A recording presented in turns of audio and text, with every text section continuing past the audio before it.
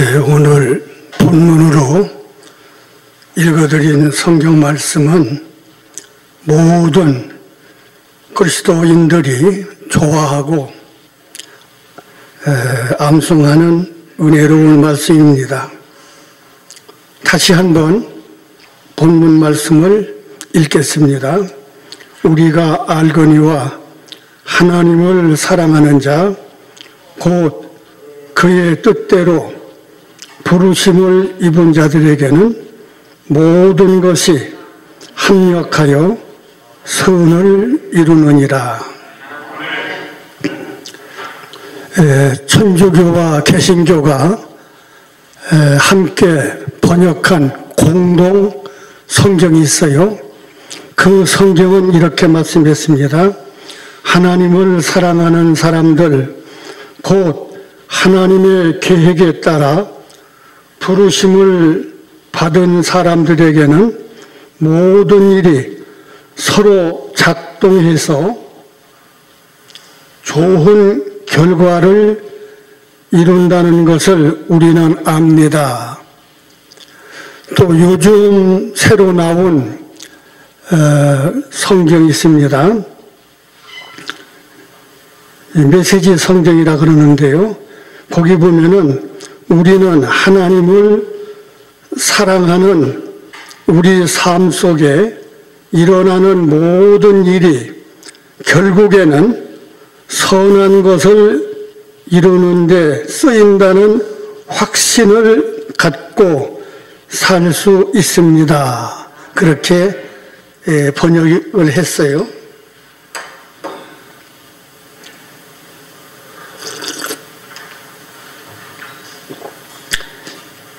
이 말씀을 중심해서 하나님의 섭리를 바라보는 믿음, 그런 제목으로 말씀을 전하겠습니다. 하나님께서 우리에게 소중한 평생 잊을 수 없는 은혜를 주시는 시간이 되기를 소원합니다. 이 섭리란 말의 뜻은요, 사전에 찾아보면 하나님이 인간을 위하여 세상 모든 일을 다스린다, 그런 뜻으로 나와 있어요. 하나님에 대한 신관이 둘이 있습니다. 하나는 하나님이 우주 만물을 창조하신 창조주라고는 신관을 가진 사람들이 있어요. 그러나 그 하나님이 만물을 다스린다, 통치하신다, 그건 믿지 않아요. 그래서 하나님이 우주 만물을 창조하시고 이 자연 법칙에 맡겨서 스스로 운행되도록 했다. 그게 창조신앙입니다. 또 하나는 창조는 물론이고 그 하나님께서 운행하신다, 다스리신다, 통치하신다, 섭리신앙입니다. 예를 들면 자동차를 만들었어요.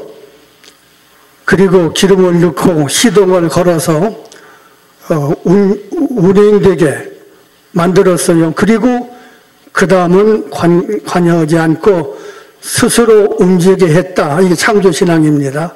섭리신앙은 자동차를 만들고 기름을 넣고 시동을 걸었으면 그 다음은 운전대 주인이 앉아서 안전하게 운행을 하는 겁니다. 그게 섭리신앙이에요. 그러니까 창조신앙 물론 주장하지만은 그 창조한 만물을, 우주 만물을 하나님이 통치하신다, 다스린다, 섭리하신다, 그 섭리신앙까지 가져야 올바른 신앙인 줄을 믿으시기 바랍니다. 성경은 이렇게 말씀하지요. 사도행전 17장 24절 5절에 보면은 우주와 그 가운데 있는 만물을 지으신 하나님께서는 천지의 주제시니 만민에게 생명과 호흡과 만물을 친히 주시는 이심이라.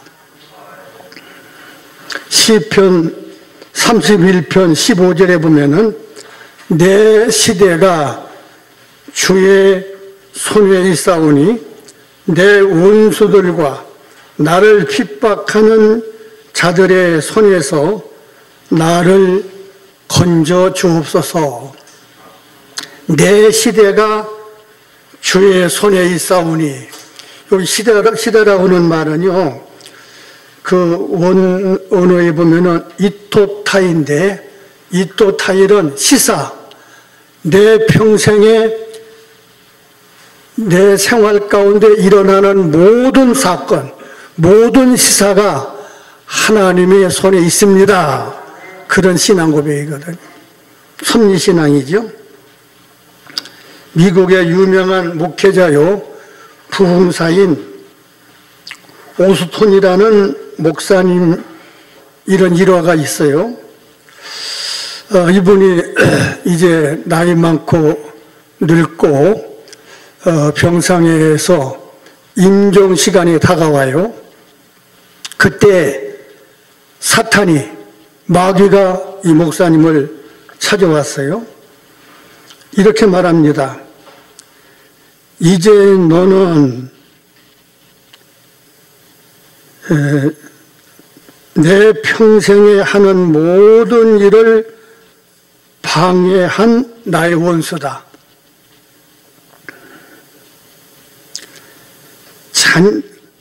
너는 이제 늙고 병들어서 아무 일도 힘도 없다. 내가 잔인한 복수로 너를 괴롭히겠다. 협박하는 거예요. 그때 오스톤 목사님은 용감하게 그 마귀에게 대응을 했습니다. 악마야, 내가 내게 복수하기 전에 내 권세를 깨뜨리고도 남을 수 있는 힘을 가지신 전능하신 하나님께서 내 주위에 성령의 담을 쳐놓았다. 봐라. 그랬더니 이 마귀가 성령이 그 오스톤 목사님을 담을 쳐서 두르고 있는 걸 보고 깜짝 놀래가지고 기가 죽어서 달아났다. 그래서 오스톤 목사님을 임종을 아주 평안하게 맞이하고 주님 나라로 갔다. 그런 얘기가 있어요. 칼빈은 이런 말이 있어요. 하나님의 섭리를 믿는 신앙은 마치 우리가 잠잘 때 베개와 같다 그랬어요. 여러분, 잠잘 때 베개가 없으면 불편하잖아요. 그러나 참 좋은 편안한 베개를 베면은 아주 편안하게 잠을 잘 수 있는 것처럼 하나님이 내 일생의 모든 생애를 다스리고 주관하시고 인도하신다 하는 섭리 신앙을 가진 사람은 잠잘 때 베개를 벤 것처럼 편안하게 일생을 살 수가 있다. 세상 사람들은요, 운명 앞에 무릎을 꿇습니다. 팔자소관이야, 이건 운명이야. 그 앞에는 꼼짝못해요. 겁을 먹고요. 운명 앞에는 백기를 들고 항복합니다. 그러나 우리 예수 믿는 그리스도인들은 나는 예수 믿고 구원받은 하나님의 백성이고 하나님의 자녀다. 그러므로 내 앞에 무슨 일을 당하더라도 그 하나님께서 나를 보호하시고 지켜주시고 함께 하신다. 그런 신앙을 가지니까 세상에 운명 따위는 아무것도 아닙니다. 예. 팔자소관 그 아무것도 아니에요. 흔히 사람들, 그런 불신자들은 아이고 죽겠다, 톡하면 죽겠다 그래요. 우리는 죽겠다가 아니고 죽게 있다. 그 신앙 가져야 돼요. 아이고 죽겠다고 나오려고 할 때 아이고 죽게 있다. 이 모든 일이 다 주님의 손에 있다. 그 믿음 가지면 이게 섭리신앙이거든요. 이제 본문 말씀을 좀 상고하겠어요. 하나님을 사랑하는 자, 여러분, 이 하나님을 사랑하는 자란 말은 성도의 별명이에요. 네. 요한일서 2장 15절 말씀이죠. 이 세상이나 세상에 있는 것들을 사랑하지 말라. 누구든지 세상을 사랑하면 아버지의 사랑이 그 안에 있지 아니하니라. 우리 믿는 사람들 별명이 하나님을 사랑하는 자요. 불신자들은 세상을 사랑하는 자고요. 시편 45편 10절에 보면은 딸이여 듣고 보고 귀를 기울일지어다. 네 백성과 네 아버지의 집을 잊어버릴지어다. 그리하면 왕이 네 아름다움을 사모하실지라. 그는 네 주인이시니 너는 그를 경배할지어다. 여러분, 처녀가 결혼해서 신랑을 맞이하게 되면요, 처녀 때 그렇게도 사랑하고 따르던 친정 아버지, 어머니, 친정 동기간들 보다도 신랑을 더 사랑하게 됩니다. 얼마나 소중한 부모인데, 얼마나 소중한 동기간인데, 그래도 결혼하고 나면 보다 신랑을 더 사랑하는 거예요. 우리가 예수 믿기 전에는 세상을 사랑할 수 있어요. 세상의 물질, 지위, 권세, 명예, 영광, 쾌락 다 사랑할 수 있어요. 그러나 예수님을 신랑으로 맞이하게 되면요, 세상의 무엇보다도 찬송과 가사 그대로 주 예수보다 더 귀한 것은 없네.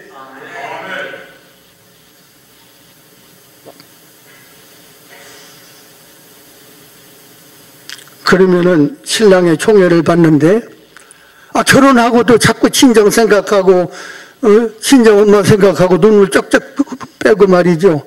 툭 하면 친정 돌아가고, 그러면 신랑 사랑 못 받습니다. 행복할 수 없어요.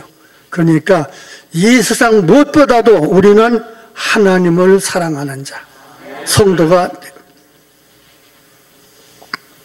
모든 것이 합력하여 선을 이루느니라. 이 모든 것은 우리 일생을 통해서 일어나는 모든 시사, 모든 것이 다 포함됩니다. 성공과 실패, 역경과 순경, 가난과 부, 건강과 병, 망나에서 모든 것이 합력하여 선을 이루느니라. 결과적으로 하나님께서 그때는 실패 같고 불행 같은 것까지라도 유익하게 만들어 주신다는 것. 어떤 농부가요, 농사일을 하는데 하나님이 내려주시는 햇빛, 비바람, 이런 것들이 자기 원하는 대로 이루어지지 않는다고 불평을 했대요. 하나님께서 그 농부에게 좋다. 그러면은 내가 네게 햇볕과 비바람을 만들어 할 수 있는 능력을 준다. 그랬대요. 그래서 그 능력을 받아가지고 정말 자기 원하는 대로 햇빛과 비바람을 조정을 했다는 거예요. 그런데 문제는 가을 추수 때가 돼서 추수해보니까 쭉정이 뿐이야. 알곡이 안 나와. 예. 그래서 하나님이 주시는, 섭리 가운데 주시는 비, 바람, 태풍, 햇빛, 뜨거운 햇볕, 이 모든 것이 다 농사일에, 곡식을 기르는 일에 유익하다, 그런 말입니다. 예. 여름에 뜨거운 햇빛이 쬐야 곡식이 여물게 되고요. 예. 가을에 선선한 바람 불어야 기술하게 되는 거거든요. 그래서 성경은 말합니다. 시편 119편 71절이죠. 고난 당한 것이 내게 유익이라. 이로 인하여 내 주의 율례를 배우게 되었나이다. 이제 성경에 나오는 인물 이야기를 통해서 하나님의 섭리를 살펴보겠어요. 여러분 잘 아시는 대로 창세기에 나오는 요셉 이야기입니다. 요셉이 17살 때 형들에게 미움받아 애굽의 종으로 팔려갔거든요. 종으로 팔려가서 그 인물이 잘생기고 총명하기 때문에 보디바 장관 집에 노예로 들어갔어요. 28세까지 무려 10년 가까이 종생활했습니다. 보디바 장관의 집에서요. 그런데 또 문제가 생겼어요. 보디바 장관의 그 부인의 모함으로 말미암아 아무 실수와 죄 없이 감옥에 갇히지요. 감옥에 갇혀서 한 2년 동안 옥중 생활을 하는데, 그 감옥은 성경 보면요, 보디바 장관의 집에 있는 감옥이라 그랬어요. 그러니까 아주 정부의 고관 중에 범죄자가 갇히는 감옥 같아요. 그 감옥에서 그 왕의 술과 떡을 맡은 관원장, 그 사람 중에 범죄하고 아마 왕을 모살할 음모를 꾸미다가 무슨 죄가 드러난 것 같아요. 그래서 그 감옥에 함께 갇혔어요.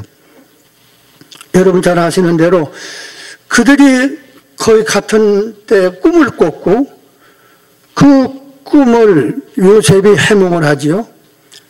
그런데 술 맡은 관원장의 꿈은 해몽대로 속박에 나가게 되고, 떡 맡은 관원장의 꿈은 요셉이 해몽한 대로 처형을, 그 죄가 드러나서 처형을 받아 죽습니다. 그때 요셉이 부탁하지요. 사실 내가 억울하게 감옥에 와 있는데 당신이 복권하면 나를 좀 기억해 주세요. 아, 그렇게 하겠다고 약속을 했는데 이 사람이 배신했어요. 예, 까맣게 약속을 잊어버렸는지 실행하지 않고 2년을 그냥 지냈습니다. 예, 2년 동안을 더 억울하게 죄 없이 감옥살이 한 거예요. 그런데 그때 마침 바로 왕이 꿈을 꾸게 되죠. 아주 굉장한 의미 있는 꿈을 꾸고, 그 꿈을 해몽할 자가 없는데 그때 비로소 이 술 맡은 관원장이 생각이 났어요. 요셉이요. 그때 그 전에 생각이 나서 요셉을 풀어줘도 다시 노예 생활하게 돼 있어요. 신분이요. 그때 꼭 나와야 됩니다. 그 바로의 꿈을 그때 요셉이 해몽하여 길이 열리는 거예요. 하나님 섭리죠. 그래가지고 꿈을 잘 해몽해가지고 요셉이 애굽의 국무총리가 됩니다. 1인지하의 만인지상에 있는 아주 내각 책임제 하에 국무총리 같은 그런 위치에 오르는 거예요. 그래서 경제 정책을 잘 펴가지고 7년 흉년에서 곡식을 잘 보관하고 7년 흉년에서 백성을 구제해가지고 만백성을 구원하는데, 그때 이스라엘 요셉의 그 시족이죠, 가족이죠, 자손들이 이민을 오게 되죠. 유목민은 옛날에는 지금도 그렇지만은 아주 고급 무슨 직업이 아닙니다. 천직에 속해요. 예. 유랑하는 유목생활 하던 그들이 이제 당시 최고의 문명국이었던 애굽 고센 땅으로 이민을 옵니다. 예. 그래서 애굽의 그 고도의 문화 민족으로 거기서 육성이 돼요. 또 또 하나님의 축복으로 번창해가지고 장차 하나님의 손녀로서 세계 인류 구원 역사에 하나님의 뜻을 이루는 데 공헌할 수 있는 하나님의 선녀로서 육성이 되는 거예요. 그런 일이 없으면 선민, 세계의 역사에 공헌할 수 있는 하나님의 선민 될 백성이 못 됩니다. 절단코요. 그래가지고 애굽에 와서 위대한 하나님의 선민으로 육성이 되고 나중에 출애굽을 해서 이스라엘 민족, 메시아의 민족, 인류 구원에 공헌하는 그런 민족 역사를 이루게 되죠. 그러니까 요셉의 일생을 가만히 생각해 보면 그때는 억울한 일이고 분하고 참 불행 같고 실패 같고 그런 어두운 터널을 통과한 것 같지만은 이 모든 일이 하나님의 섭리 가운데 합동해서 유익하게 만들어서 총리가 되고 이스라엘 백성을 이민시키고 고도의 문화 국가사회에서 아주 위대한 메시아의 선민으로서 육성이 됐다. 이 하나님의 섭리다. 역사를 통해, 성경 역사를 통해 우리 깨달을 수가 있어요. 또한 출애굽기에 나오는 모세 얘기를 통해서도 하나님의 섭리를 명상할 수 있어요. 그 모세가 태어날 때 애굽의 바로 왕은 그 이스라엘 백성들이 애굽에서 그런 노예 생활하면서도 하나님의 축복으로 크게 번창합니다. 이스라엘 그 애굽 백성들이 위협을 당할 만큼 그래서 박해가 시작되는데 아주 잔인하게 박해하는데요. 여러분 아시는 대로 일단 이스라엘 사람들은 자식을 낳으면은 사내 아이가 태어날 때는 다 죽이라는 거예요. 산파들에게 그렇게 명령이 떨어졌어요. 산으로 태어나면 죽게 돼 있는 게 운명입니다. 그런데 그때 모세가 태어났거든요. 그래서 갈상자에 넣어서 나일강 그 갈대 숲속에 숨겨놓지 않았어요? 그걸 며칠 가겠어요. 악어밥이 되거나 물이 떠내려가거나 굶어 죽거나 하여간 모세가 아주 위급한 상황에 놓이게 됐거든요. 그때에 보세요. 극적인 얘기입니다. 영화 같은 얘기예요. 바로 왕의 딸 공주가 산책을 나오는 거, 시녀를 데리고 그때 나와야 됩니다. 그때 안 나오면 상관 안 돼요. 나왔고 그 해변을 이렇게 그 강변을 산책을 하는데 모세를 갈상자에 넣어서 숲속에 숨겨놓은 그 옆을 지날 때 모세가 와 울음을 터뜨리는 거예요. 그 전에 울어도 잡혀가 죽을 것이고 그 뒤에 울어도 살 길이 없습니다. 그때 공주와 지난 그 찬스에 울어야 돼요. 그걸 딱 그 시각을 맞춰서 어린 모세가 아주 건장하게 태어나가지고 음성도 애기지만은 우는 척도 같아요. 와 울었거든요. 그런데 또 보세요. 이 바로 왕의 딸 공주는 자식이 없어요. 자식이 없어요. 바로 왕을 계성할 만한 아들을 낳아야 되는데 아들이 없어요. 모세는 있는데 그때 지나는데 어린 애기 울음소리가 울려 나오니까 그 모성에 애정이 터진 거예요. 이 딸이 말이죠. 걸음을 멈추게 됩니다. 그 시녀를 시켜가지고 살펴보라 그랬어요. 갈대 숲속에 상자에 잠겨있는 사내 아이 안고 나왔어요. 자, 사내 아이를 이렇게 안고 나온 건 참 귀한 일인데 어떻게 키웁니까 이걸? 이 처녀가 자식 못난 공주가 말이죠. 그때 모세의 누이가 그 왕복에 있다가 가까이 접근해가지고 우리 동네에 아기를 난 지 얼마 안 돼서 모유, 젖을 낼 수 있는 여자가 있습니다. 소개할까요? 그러니까 앞뒤 가리지 않고 이 공주는 그럼 데려가라 그랬어. 그 여자를 말이죠. 그러니까 자기 모세의 어머니, 친어머니를 데리고 왔어. 그리고 공주가 내가 얼마라도 그 양육비는 줄 테니까 잘 키워달라 그랬어요. 여러분, 돈 받고 자기 아들을 키운 어머니 봤어요? 전국 기적이라니까 하나의 섭리지요. 그래가지고 자기가 낳은 자식을 그 공주의 주는 비용을 받아가면서 집에서 한동안 잘 키웠거든요. 키우면서 성경에는 안 나와 있지만 전설에 의하면은 이 모세의 어머니는 가슴에 이스라엘의 그 지도를 새겨서 젖을 먹일 때마다 그 지도를 보이면서 너는 애굽 사람이 아니고 이스라엘 사람이다. 내 백성 이스라엘은 애굽에서 종살이 하고 있다.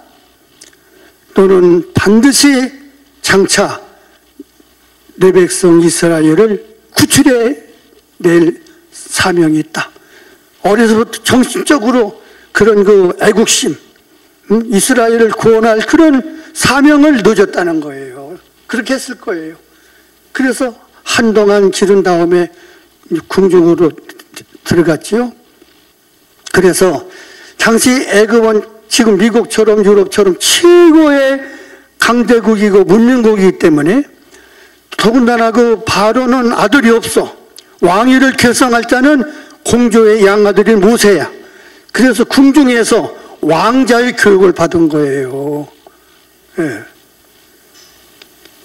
천문, 지리, 역사, 과학, 수학, 정치, 교육, 군사학, 모든 왕은 그러다 배워야 되거든요. 왕자의 교육이 최고의 교육입니다. 장차 왕으로서 대애굽을 다스릴 수 있는 그런 왕을 만들기 위해서 왕자의 교육을, 이것은요 장차 모세가 이스라엘 백성을 선민을 인도할 수 있는 교육을 다 받은 겁니다. 예. 그리고 애굽의 그 왕이 돼도 그걸로 이스라엘을 구원할 수는 없어요.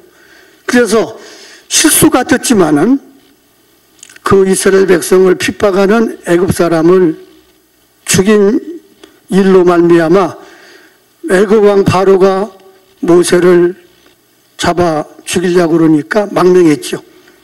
미디안 광야로요. 40년 동안 광야에 가서 양질 치는 그런 목자 생활을, 모승사를 했거든요. 처갓집에서. 그것도 그랬습니다. 애굽을 장차 이제 모세가 이스라엘을 해방시켜가지고 광야 40년을 통과해서 가나안에 들어가는데 광야는 길이 없어요. 모래밭, 태풍이 한번 지나가면 길도 다 메꿔지고 사라집니다. 그런 광야, 물도 없고 길도 없는, 먹을 것도 없는 그런 광야에서 40년간 이스라엘 백성 60만 이상을 인솔하는데 모세는 애굽 궁중에서 왕자로서 일국을, 대국을 통치할 만한 모든 수련, 교육, 훈련 다 받았거든요. 지도자의 자격이 있는 거예요. 예. 길이 없어도 40년을 광야에서, 미디안 광야에서 목자로서 지리를 익혔기 때문에 길을 없어도 광야에서 40년 동안 이스라엘 백성을 인도할 만한 그런 모든 실력을 가지고 있었거든요. 그래서 결국 하나님이 모세를 이스라엘의 해방자요 지도자로서 또 애굽에서 최고의 학문을 익혔기 때문에 모세 오경의 저자가 된 거예요. 모세 오경, 창세기, 출애굽기, 레위기, 민수기, 신명기 5경을 모세가 쓰지 않았어요? 예, 최고의 학자가 아니면 지성이 없으면 그거 못 씁니다. 예, 모세 5경의 저자가 되고 해방자가 되고 인도자가 되고. 예. 그러니까 출애굽기를 통해서 모세의 일생을 간 읽으면 명상하면 하나님의 섭리 가운데 이렇게 역사했구나. 그걸 부인할 수가 없는 거예요. 신앙이란 말이에요. 우리 사도 바울의 선교 사역을 통해서도 하나님의 섭리를 볼 수 있어요. 예, 바울은 로마 시민권을 가진 사람이에요. 당시 시민권은 굉장한 겁니다. 신분 보장을 받고요. 또 가말리알 대학은 당시 최고의 대학입니다. 예, 국립대학이고요. 가말리알 대학에서 수학한 그런 지성인이고 학자입니다. 바울은요, 신약성경 27권인데 신약성경 27권 가운데 14권이 바울이 쓴 겁니다. 성경의 저자고요. 예. 예수님 다음으로 위대한 분을 찾는다면 사도 바울이에요. 왜냐하면 현대 문명은 바로 기독교 문명이고 성경 문명이고, 예. 기독교 문명국인 유럽의 여러 선진국 또 미국 이런 나라는 전부 바울의 그 쓴 성경과 그가 전한 그 기독교 선교에 의해서 이루어진 나라들이거든요. 그러니까 바울이 없이 현대 문명, 기독교 문명 없고 현대 문명 없습니다. 예수님 다음으로 역사에 위대한 공헌을 끼친 분이 사도 바울이에요. 예. 기독교 신학도 바울 신학이에요. 바울 신학이 기독교 신학입니다. 바울 없는 기독교, 바울 없는 현대 문명 없습니다. 그런데 보면요, 사도행전에 보면은 이런 말씀이 있어요. 사도행전 19장 21절인데 바울이 꿈이 있습니다. 이 기독교의 복음은 천하 만국 백성의 복음인데 어떻게 하면 세계 만방에 이 복음을 전할까? 바울이 꿈이 있는데 그건 로마에 가서 복음을 전해야 된다는 거예요. 예. 당시 로마는 세계를 지배했고 모든 길은 로마로, 그런 말처럼 로마는 이 도로, 전 세계로 통할 수 있는 도로를 뚫어놔서 로마에 가서 복음 전하면, 로마가 복음화되면 기독교가 전 세계에 로마의 그 영향력과 군사력과 도로망, 문명 이 모든 걸 통해서 전 세계를 복음화시킬 수가 있어요. 바울의 꿈은 커요. 그래서 바울은 내가 로마도 보아야 되겠다. 선교의 꿈이 로마 생각뿐이에요. 그런데 드디어 때가 온 거예요. 죄 없는 바울을 체포해가지고 로마로 합성해서 재판받을 때까지 2년 동안 감옥에 가두는데, 바울이 갇혀있는 감옥은 아무나 들어가는 일반 감옥이 아니고 궁중에서 범죄한 고관들이 갇히는 그런 감옥, 궁중 감옥이에요. 그리고 방 속에 가두는 감옥이 아니라 한 지역 안에서 자유가 있어요. 그리고 당시 로마를 지키는 수비대, 수도사령부 군인처럼 최고의 엘리트 지성인으로 이루어진 수비대 1900명이 그 감옥을 지키는 거예요. 그런데 매일같이 4명씩 교대로 몇 시간씩 와서 바울 옆에 지키는 거예요. 바울을요. 그러면 바울이 그 최고의 젊은이 지성인들 수비대, 장차 로마를 영향을 줄 수 있는 정치, 모든 군사 영향력 있는 그런 엘리트급의 그들이 매일같이 4명씩 와서 옆에서 지키는 거예요. 바울이 전도하는 겁니다. 그들에게. 또 바울이 달변가 아닙니까? 최고 지성이 아닙니까? 그런 달변가가 말과 지성으로서 지성인들에게 복음을 전해서 장차 로마의 엘리트급 최고의 그 기관이 될 만한 그런 사람들을 복음화시키는 거예요. 1900명을. 그래서 결과적으로 로마가 복음화, 물론 로마가 복음화 되는데 다른 여건도 있지만은 결정적인 영향을 준 게 사도 바울이 로마에 가서 2년 동안 옥중에 있는 동안에 그들에게 복음을 전한 거거든. 예. 그러니까 바울의 선교 사역을 봐도 하나님의 섭리 가운데 바울을 통해서 로마를 복음화시키고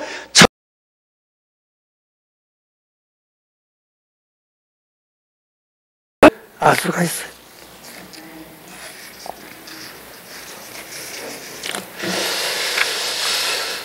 이제는 재난을 통해서 역사하시는 하나님의 섭리를 조금 시간 더 가도 괜찮아요? 괜찮습니까? 시간이 거의 같지 않고 좀 더 말씀드릴게요.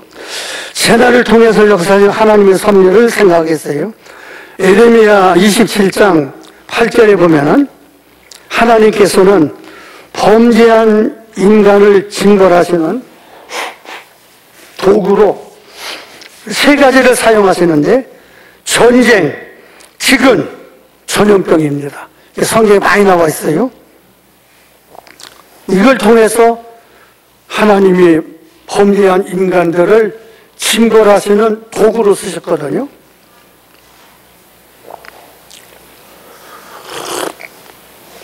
몇 가지 실례를 들어볼게요. 첫째로는 중세기에 유럽 대륙의 페스트, 흑사병이라 그러지요. 병이 걸리면은 전부 이 살이 새까맣게 검고 죽게 되는 무서운 흑사병인데, 당시 유럽 대륙의 역사 기록에 의하면 4분의 1이 죽었습니다. 이 흑사병으로요. 7천만 내지 근자의 역사학자들의 발표에 의하면 1억 정도 죽었다고 그래요. 어떻게 그런 무서운 전염병이 유럽을 휩쓸고 그 많은 사람들을 죽게 했는가?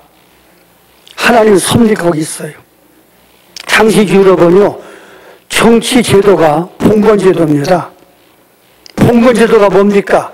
농주들이 아주 경기도만한 큰 그 땅을 혼자 점령해서, 그리고 많은 노예들을 농민들을 농주로 사용하고 자기 재산을 지키는 군대까지 가지고 있어요. 개인이 말이죠. 봉건제도입니다. 넓은 땅을 점령하고 많은 노예들을 농주로 부리고 군사까지 가지고 지키고 자산을 말이죠. 이 봉건제도를 어떤 제도로도 어떤 식으로도 무너뜨릴 수가 없습니다. 중세의 봉건제도예요. 그런데 이 흑사병으로 페스토로 말미암아 주로 그 농주들, 농민들, 노예들 계급이 거의 다 죽어요. 농사질 사람이 없어요. 이제는요. 땅은 넓은데 농사질 사람이 없어요. 그러니까 자연히 봉건제도가 무너지는 거예요. 그리고 근대 민주주의가 발생합니다. 근대 민주주의는 중세 페스트 이 흑사병 영향으로 생긴 거예요. 하나님의 섭리가 있었다. 이걸 부인할 수 없어요. 포르투갈의 리스본 대지진이라고 1755년 11월 1일에 일어났는데요. 카톨릭 만성절이란 최고의 그 명절인데, 이때 리스본 대성당에 무수한 신도들이 모여서 축제를 지키는데 지진이 일어났어요. 거기에 말이에요. 그래가지고 그 지진으로 말미암아 3만 내지 4만 명이 죽었습니다. 어떻게 예수 믿는 나라 대성당, 그것도 기독교 대명절에 4만 명이나 되는 사람들이 죽느냐? 이해가 안 가잖아요. 그런데 하나님의 섭리적인 면에서 볼 때에는요, 이 리스본 대지진으로 말미암아 신정 정치가 무너집니다. 그때는요, 캐톨릭이 정치를 주장해요. 왕까지 지배해요. 예, 신정 정치입니다. 왕도 무릎을 꿇고 캐톨릭 앞에 굴복을 당하는 것. 신정 정치가 제2의 종교 개혁이라고 볼 수가 있어요. 무너집니다. 종교 분리, 정치와 종교가 분리되는 거예요. 만인 제사 제도도 제도로 말미암아 이제 누구든지 예수 믿는 사람은 다 사제요 제사장이다. 만인 제사 신학이 그때 나오는 거예요. 그러니까 3, 4만 명이 죽는 처참한 비극 같았지만은 이로 말미암아 제2의 종교 개혁 같은 개혁이 일어났다. 우리나라 역사를 봐도요, 2조 말 이란 합병 당시 호열자가 들어와서 말이죠. 약 4,000명 이상이 죽었습니다. 우리 이 좁은 한국 땅에서 말이죠. 어떻게 이런 일이 생겼는가? 그때 일본 정부가요, 우리는 일본의 통치하에 있는 그런 식민지니까 그렇게 우리 한국 사람들이 병들어서 호열자로 막 죽어서 그냥 나가는데도 정부가 관리를 안 했어요. 도와주지 않았어요. 치료해주지 않았어요. 그래서 이렇게 많이 죽은 거예요. 그러자 한국 백성들이 각성을 합니다. 아, 일본 통치하에서는 우리가 못 살겠구나. 그래가지고 개문운동이 일어납니다. 학교를 세웁니다. 새로운 신교육을 시킵니다. 병원을 설립합니다. 여러 가지 자선 사업단체가 생깁니다. 상해 임시정부가 그때 세워집니다. 삼일운동도 영향을 많이 일으켜서 기독교인 중심으로 3.1 독립운동이 일어나게 됩니다. 하나님의 섭리를 우리가 섭리적으로 볼 때에는 의미 없는 일이 하나도 없다. 불행 같지만 그걸 통해서 하나님은 더 큰 역사를 일으킨다. 지금 전 세계를 휩쓸고 있는 코로나 역병의 엄중한 사태하에 우리가 지금 있습니다. 이 코로나 사태가 지난 후에 하나님의 섭리가 어떻게 나타나는 걸 그때 우리가 알게 되겠지만 지금 우리가 예측은 할 수가 있어요. 몇 가지로요.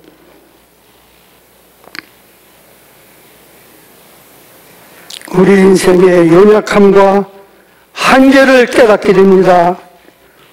과학 만능주의와 물질의 풍요로움에 안주해서 하나님 없이도 살 수 있다고는 이 죄를 회개하고 겸손히 하나님을 경외하고 이웃을 위해서 기도하고 사랑하는 신앙생활에서 생활신앙으로 신앙을 생활화하는, 여러분, 이 코로나 생기기 전에 우리나라의 세계가 놀랄 만큼 부흥됐거든요.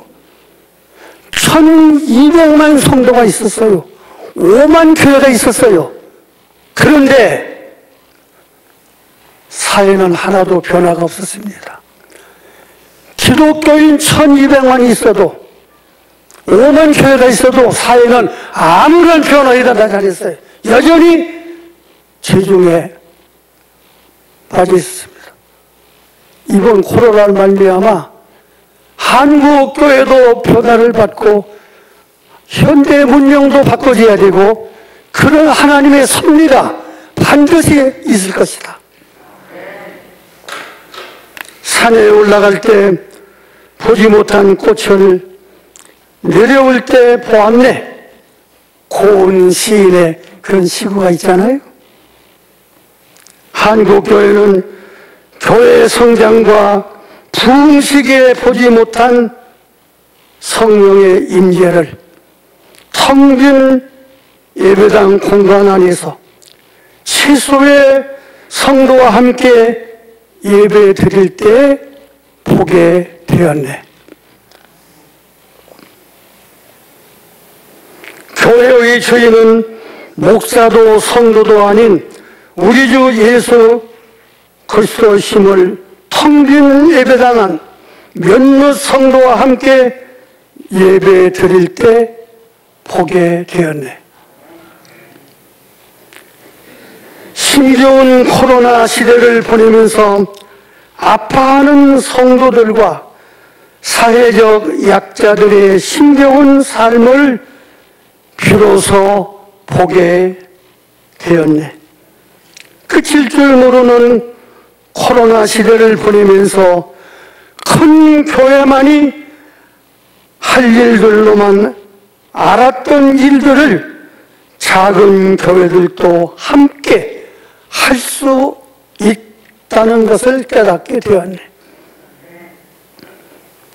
교회 불화 때문에 떠난 가난한 교인들의 아픈 마음을 이제야 보게 되었네. 코로나 때문에 예배당 중심, 목회자 중심의 예배를 가정, 개인, 직장, 야외 어디서나 드릴 수 있다는 것을 알게 되었네. 코로나 때문에 세계의 주인이신 하나님은 교회 울타리 안에만 머물러 있지 않고 이 세상 어디에나 계심을 깨닫게 되었네. 일각에서는 코로나 사태로 인해서 교세가 줄어들 것이라는 염려를 합니다. 그러나 교회의 궁극적인 사명은 교세 확장이 아니라 하나님 나라 확장에 있다는 것을 알아야 합니다. 박해나 질병으로 인해서 하나님 나라는 결코 쇠퇴하지 않는다는 사실입니다. 이는 교회는 죽음을 이기신 예수 그리스도의 부활의 능력 위에 세워졌다는 사실을 교회 역사가 증명을 하고 있습니다. 신학자 하이콕스는 그가 쓴 세속도체라는 책에서 앞으로 탈종교화 현상이 일어나게 되고 이로 인해서 기독교가 쇠퇴하게 될 것이라고 주장을 했어요. 그러나 그가 최근에 쓴 책이 나왔습니다. 하늘에서 내린 불이라는 책인데 그 책에 이렇게 그 생각을 고쳤어요. 기독교가 계속 성장할 것이고 단 열정과 신비를 가지고 귀신을 내쫓고 병을 고치고 복음 전파에 열심을 가진 오순절 주의가 개신교의 성장을 주도할 것이라고 새로 낸 책에 기록을 하고 있습니다. 홍콩 사우스 차이나 모닝 포스트지의 근자에 실린 이런 기사가 있습니다. 중국 전역에 기독교 신자가 급증하고 있는데 최근에는 7,400만 명, 공산당원보다 많은 숫자입니다.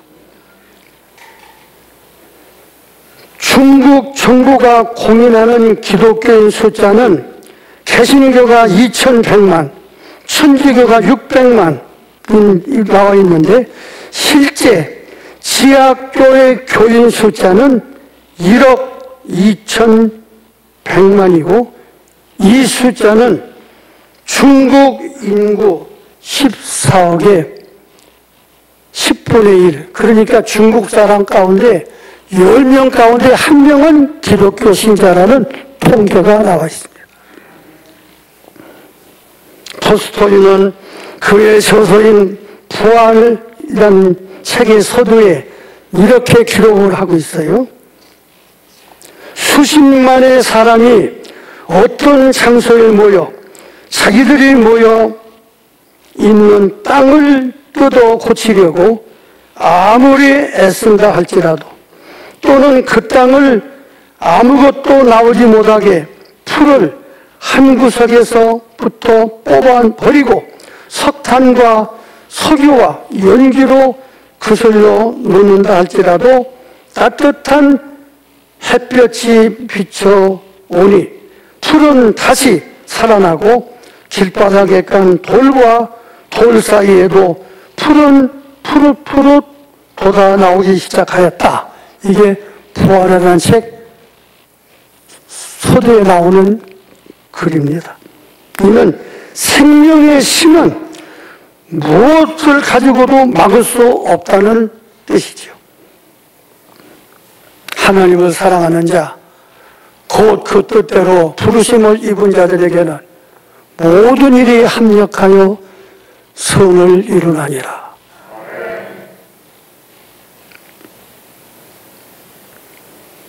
말씀을 마치겠어요. 개인, 국가, 인류, 모든 운명을 주관하시는 분은 하나님이십니다.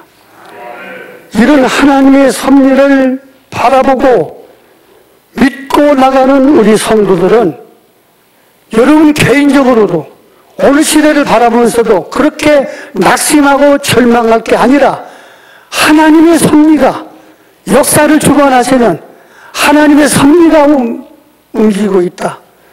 내 개인도 내가 예수 잘 믿고 하나님을 의지하고 살면 마지막 세상을 떠날 때, 내 일생을 살아온 돌아볼 때, 아, 그때는 참 비극이고 불행 같았는데 그것 때문에 내가 예수 믿고 구원받아 천국에 가게 됐구나. 할렐루야.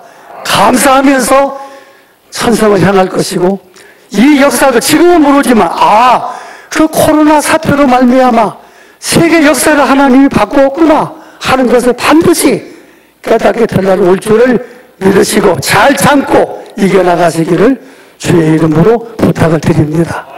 기도하겠습니다. 하나님 아버지, 지금은 우리 개인, 이 시대 역사의 모든 불행, 비극, 코로나 사태 우리가 이해할 수 없지만은 우리가 분명히 믿음으로 바라보고 깨닫는 것은 하나님의 섭리가 역사하심을 믿고 쉽게 낙심하고 절망하고 탄식하지 말고 믿음을 가지고 위기를 잘 극복하면서 하나님을 바라보고 나갈 때 언젠가 우리는 이 모든 일이 하나님의 섭리 가운데 진행되었구나 깨닫고 할렐루야 감사할 날이 올 줄을 믿습니다. 이런 믿음을 가지고 어려운 시기를 잘 이겨나가는 우리 모두가 되게 해주시기를 예수 그리스도의 이름으로 기도하옵나이다. 아멘.